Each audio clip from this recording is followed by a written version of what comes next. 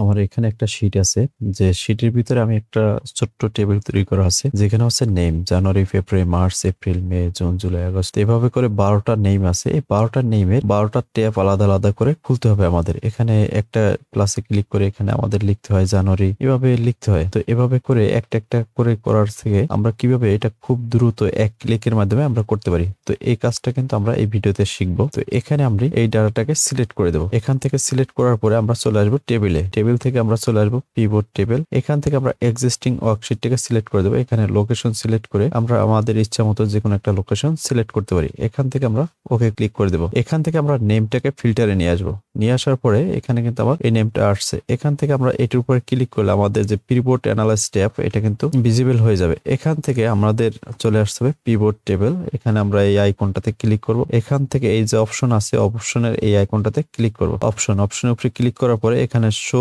Report filter page, তো আমি এখানে ক্লিক করে দেবো। এখানে ক্লিক করলে আমার এখানে একটা পপ আপ উইন্ডো আসবে। এই জায়গাতে এসে আমাদের এই নেমটাকে সিলেক্ট করে ওকে বাটনে ক্লিক করব। এখন দেখুন সাথে সাথে আমার এখানে 12টা পেজ ওপেন হয়ে গেছে, কিন্তু জানুয়ারি, ফেব্রুয়ারি, মার্চ, এপ্রিল, তো এভাবে করে আমার 12 মাসে পুরো 12টা ট্যাব ওপেন হয়ে গেছে খুব সহজে। এটা কিন্তু আমরা একটা ক্লিকে করে ফেলছি। ঠিক সেম ভাবে আপনারা যদি চান 30টা ট্যাব ওপেন করবেন, এখানে 1 2 3, এখানে সাপোজ ধরুন 1 2, তো এভাবে করে আমাদের যদি 30টা ট্যাব খোলার প্রয়োজন হয় সেক্ষেত্রে আমরা এভাবেই করে নিতে পারবো। এখানে 19, এখানে 30 পর্যন্ত নাম্বার আমি নিয়ে নেব। এখানে 30 নাম্বার, একই সাথে আমরা 30 নাম্বার কিন্তু নিতে পারি। এখানে আমি নাম্বার লিখে দেই, যে কোনো একটা নাম্বার লিখে দিতে পারি। এইটাকে আমরা সিলেক্ট করে এটাকে আমরা কি করব, পিভট তৈরি করব। তো প্রথমে আমরা পিভট করে নেব। এখান থেকে ইনসার্ট থেকে পিভট, এরপরে চলে আসবে এখান থেকে সিলেক্ট করে দেবে এক্সিস্টিং থেকে আমি একটা লোকেশন সিলেক্ট করে দেবো। এখান থেকে আমি ওকে করে দেবো। এরপরে নেমটাকে, এই নাম্বারটাকে আমি ফিল্টারে নিয়ে আসবো। এখান থেকে ঠিক সেম ভাবে আমরা এই অ্যানালাইজ ট্যাবের উপরে আসবো। এখান থেকে পিভট থেকে আমাদের